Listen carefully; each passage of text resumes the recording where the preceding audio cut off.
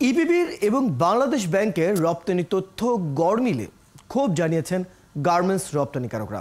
তারা বলছেন গেল কয়েক বছরে তাদের ক্রয়াদেশ এবং পণ্যের দাম কমেছে, অথচ ইপিবির দেয়া রপ্তানি বৃদ্ধির ভুল তথ্যের ভিত্তিতেই সরকার প্রণোদনা সহ বিভিন্ন সুযোগ সুবিধা কমিয়েছে। আরও জানাচ্ছেন জাহিদুল ইসলাম।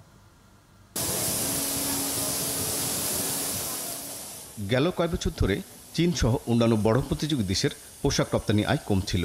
তবে ইপিবির তথ্যে বাংলাদেশের রপ্তানির 82% দখলে রাখা পোশাক খাত থেকে আয় শুধুই বাড়ছিল।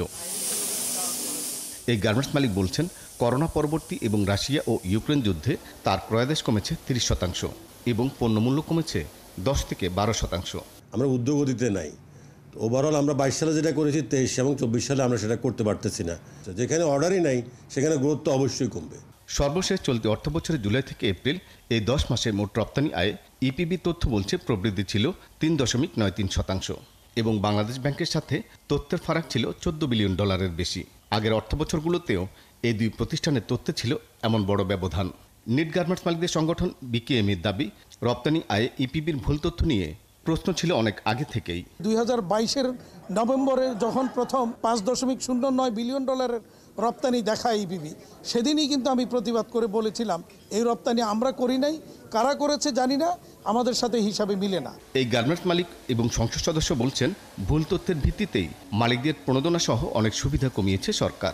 কোনো একটা মহল আমার কাছে মনে হচ্ছে সরকারে বোঝানোর চেষ্টা করছে যে গার্মেন্টস বিজনেসটা ভালো আছে এবং গার্মেন্টসদেরকে ইনসেন্টিভ অথবা অন্য কোনো যে সুবিধা আছে সেই সুবিধা না দেওয়া যায়।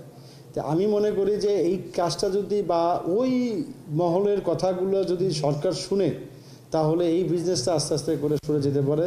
এনবিআর এর সাবেক এই সদস্য বলছেন, নির্ভুল তথ্য সংরক্ষণে সরকারের সঠিক পদক্ষেপ থাকলেও বাস্তবায়ন সংস্থাগুলোর গাফিলতিতে এমনটি হয়েছে।